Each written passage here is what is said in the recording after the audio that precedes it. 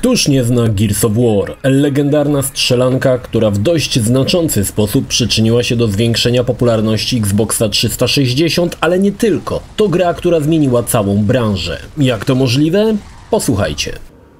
Cześć, ja nazywam się Krzysztof Energik-Micielski, a to Retro Story o grze Gears of War. Zapraszam. Wiecie, że oryginalnie Xbox 360 miał posiadać jedynie 256 MB pamięci? Było to podyktowane tym, że Microsoft wciąż nie celował w granie w HD, dlatego wczesne wersje konsoli nie posiadały nawet złącza HDMI. Todd Sweeney z Epic Games nakłonił Microsoft do zwiększenia ilości pamięci do 512 MB, a przyczyniła się do tego demonstracja Gears of War i pokazanie różnicy pomiędzy wersją 256 MB a 512 MB RAM. Po tej prezentacji Microsoft dorzucił drugie tyle pamięci, aby Gears of War wyglądał jak najlepiej. Ówczesny szef Microsoft Games miał wtedy powiedzieć, że Gears of War kosztowało firmę $1 miliard.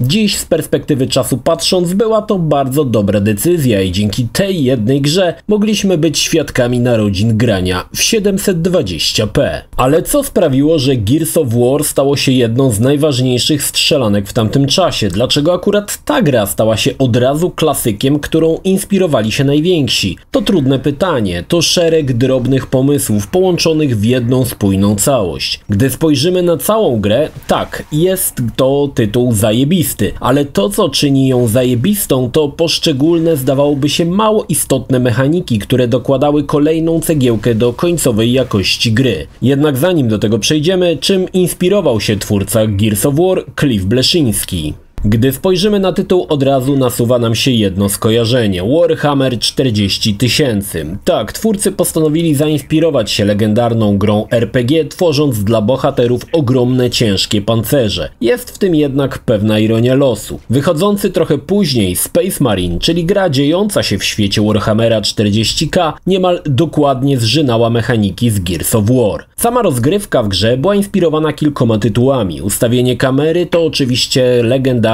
Resident Evil 4 i pokazanie akcji zza ramienia. Początkowo planowano grę z perspektywy pierwszej osoby, ale Cliff stwierdził, że szkoda nie pokazywać epickich pancerzy, dlatego ta decyzja była jak najbardziej słuszna. Dalej chowanie się za przeszkodami. Choć Gearsy spopularyzowały ten model walki, wcześniej przedstawiła to gra Winback na PlayStation 2 oraz Killswitch. Obie posłużyły Cliffiemu za szkielet, do którego Gearsy miały dążyć. Z kolei agresywna rasa szarańczy była zainspirowana tolkienowskimi orkami i to też zdaje się, że widać dość wyraźnie. Jeśli chodzi o elementy fabularne, Cliff oparł je na własnym życiu.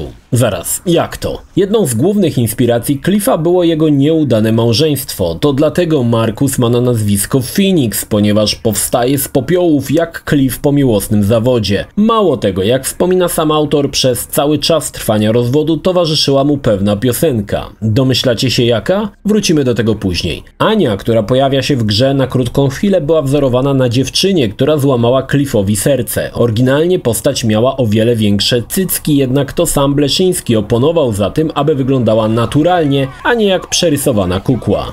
Ale to nie wszystko. Zerknijmy na małe elementy, które tak podbijały klimat gry. Na przykład to, że tytuł jest w sumie pozbawiony kolorów. Niemal cała gra jest monochromatyczna. Jednymi z niewielu kolorów jest żółty, niebieski, który pojawia się czasami na pancerzach bohaterów i czerwony, czyli krew, która również jest bardziej brudno-bura niż krwista. To powoduje, że klimat gry jest bardzo pesymistyczny, wręcz beznadziejny. Odzwierciedlało to stan psychiczny Cliffiego, ale też i podkreślało, że wojna z szarańczą to trochę sprawa z góry przegrana. Dość nieświadomie monochromatyzm Gearsów stał się początkiem dziwnej mody, gdzie inne gry poszły również w tą stronę. Ci, co mieli w tamtym czasie konsole, doskonale pamiętają te brudne, wyprane z kolorów gry, które wręcz odpychały pesymizmem. Można by tych tytułów wymienić sporo, ale za wszystkim stał oczywiście Gears of War. Jednym z ciekawych wspomnianych wcześniej elementów jest poruszanie się. Przyklejanie do ścian stało się dzisiaj oczywiste oczywistym elementem wielu strzelanek z perspektywy trzeciej osoby, ale Gearsy robiły to naprawdę dobrze. Było to intuicyjne, dodatkowo doszła możliwość przeskoczenia przeszkody lub wskoczenia za inny murek, jeśli był on niedaleko od nas. Kilka słów warto poświęcić sprintowi. Był on wzorowany na pomocnikach scenowych nazwanych roadie, którzy na koncertach pełnią rolę niemal członka grupy, choć są to ludzie od wszystkiego. Czasami oglądając jakiś koncert zobaczycie typa, co wbiega na scenę pochylony jak Quasimodo. Tak, to właśnie ten charakterystyczny bieg stał się inspiracją sprintu ekipy z Gearsów. Jednak aby zwiększyć dramatyzm tej prostej zdawałoby się czynności, zrobiono jeszcze dwa ciekawe zabiegi. Kamera podczas sprintu obniża się niemal do poziomu nóg oraz dorzucono jeszcze nerwowe szarpanie kamery. Jakby za naszym bohaterem faktycznie śmigał kamerzysta, który nie miał pojęcia wtedy o gimbalach. To prosty, ale skuteczny element, który dorzucał do zwykłej czynności nutkę dramatyzmu. Nie można zapomnieć o aktywnym przeładowywaniu. Tutaj nie było inspiracji, ekipa sama wpadła na ten pomysł. Do tej pory w grach przeładowywanie oznaczało oglądanie nudnej animacji. Nie można było tego przyspieszyć ani przerwać. Trzeba było dotrwać do końca. Gearsy postawiły na prosty trik. Możliwość szybkiego przeładowywania jednym przyciskiem, jeśli zmieściłeś się w okienku. Było to opcjonalne, bo mogłeś spokojnie poczekać, aż Markus przeładuje swojego lancera, ale mogłeś też skrócić ten czas niemal o 60%.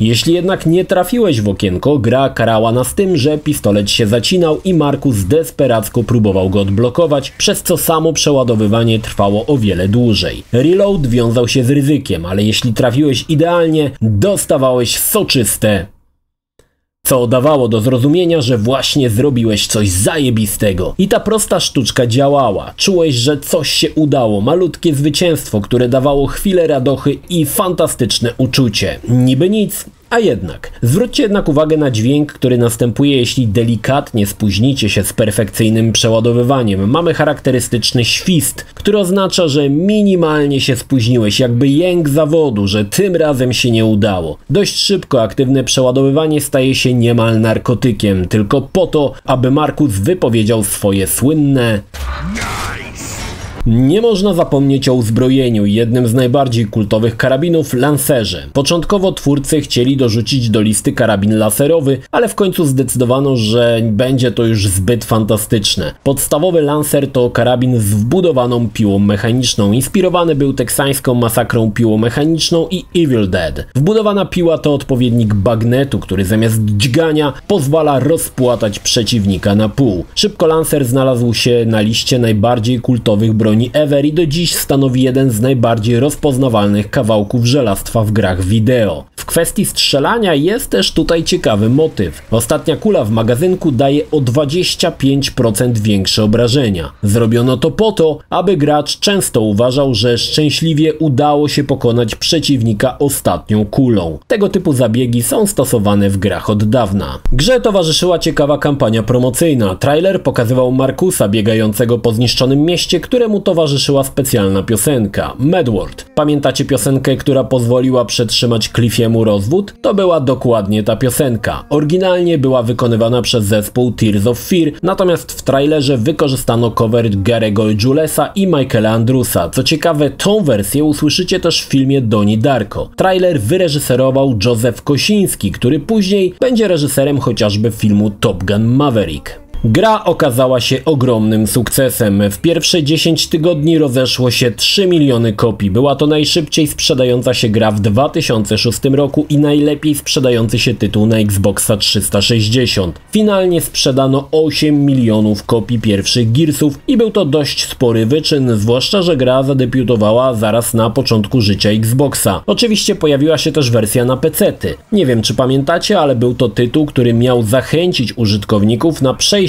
na nowego Windowsa Vista i krążyły historie, że na wcześniejszym Windows XP gra się nawet nie odpali. Gears of War stał się inspiracją dla wielu, chociażby dla Naughty Dog, które właśnie dzięki Gearsom dodało w swojej serii Uncharted możliwość przyklejania się do ścian i prowadzenia ostrzału na ślepo. Były większe próby i mniejsze powtórzenia sukcesu Gearsów. Niektórzy wykorzystywali tylko niewielkie elementy lub się nimi inspirowali, ale byli i tacy, którzy chamsko próbowali skopiować skopiować pracę Cliffa i ekipy, wrzucając wszystko w swoją grę. Chyba najbardziej żenującym tytułem był Quantum Theory stworzony przez Team Tachyon. Nie można powiedzieć, że była to inspiracja, ale jawna zżynka wszystkiego, łącznie z ikonami, sposobem walki, no dosłownie wszystko zerżnięto bezmyślnie z Gearsów i co? I nic, gra okazała się potężnym krapem i dziś nikt całe szczęście o niej nie pamięta. Zadziwiające, że wydało to Tecmo, bo coś czuję, że pozwy wisiały już w powietrzu. Sam jestem fanem Gears of War, szanuję i doceniam, jak wyraźnie odcisnęła swoje piętno na przyszłych strzelankach i nie tylko. Wciąż ta pierwsza wersja gry się broni. Owszem, pomysły, które były wtedy świeże, dzisiaj spowszedniały, choć to nadal wyśmienita gra. Nic dziwnego, że pojawiły się kolejne części, a pierwsza odsłona dostała wersję Ultimate, która dostała więcej kolorów i ogólnie wypadła lepiej. Choć ja nadal wolę surowość i pesymistyczny klimat oryginału. Jeśli nie mieliście okazji zagrać w Gearsów, polecam, bo to tytuł ponadczasowy i nie jest tajemnicą, że w bibliotece Xboxa to jedna z najważniejszych serii.